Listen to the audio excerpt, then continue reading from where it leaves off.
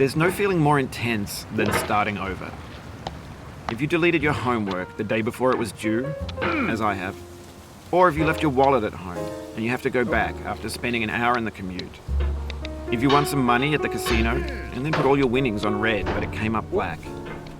If you got your best shirt dry cleaned before a wedding and then immediately dropped food on it.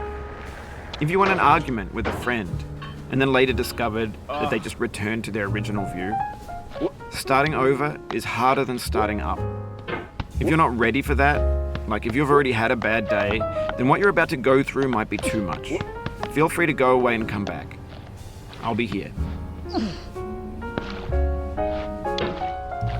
Alright, thanks for coming with me on this trip. I'll understand if you have to take a break at any point. Just find a safe place to stop and quit the game. Don't worry, I'll save your progress, always, even your mistakes. This game is a homage to a free game that came out in 2002, titled Sexy Hiking.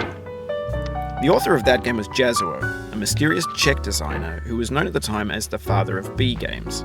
And B games are rough assemblages of found objects. Designers slap them together very quickly and freely, and they're often too rough and unfriendly to gain much of a following. They're built more for the joy of building them than as polished products. In a certain way, Sexy Hiking is the perfect embodiment of a B game. It's built almost entirely out of found and recycled parts, and it's one of the most unusual and unfriendly games of its time. In it, your task is simply to drag yourself up a mountain with a hammer. And that act of climbing, in the digital world or in real life, has certain essential properties that give the game its flavor. No amount of forward progress is guaranteed. Some cliffs are too sheer or too slippery. And the player is constantly, unremittingly in danger of falling and losing everything.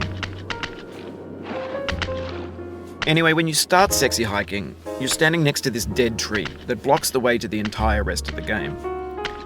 It might take you an hour to get over that tree, and a lot of people never got past it. You prod and you poke at it, exploring the limits of your reach and your strength, trying to find a way up and over. And there's a sense of truth in that lack of compromise. Most obstacles in video game worlds are fake. You can be completely confident in your ability to get through them once you have the correct method or the correct equipment or just by spending enough time. In that sense, every pixelated obstacle in Sexy Hiking is real. The obstacles in Sexy Hiking are unyielding, and that makes the game uniquely frustrating. But I'm not sure Jazuo intended to make a frustrating game. The frustration is just essential to the act of climbing, and it's authentic to the process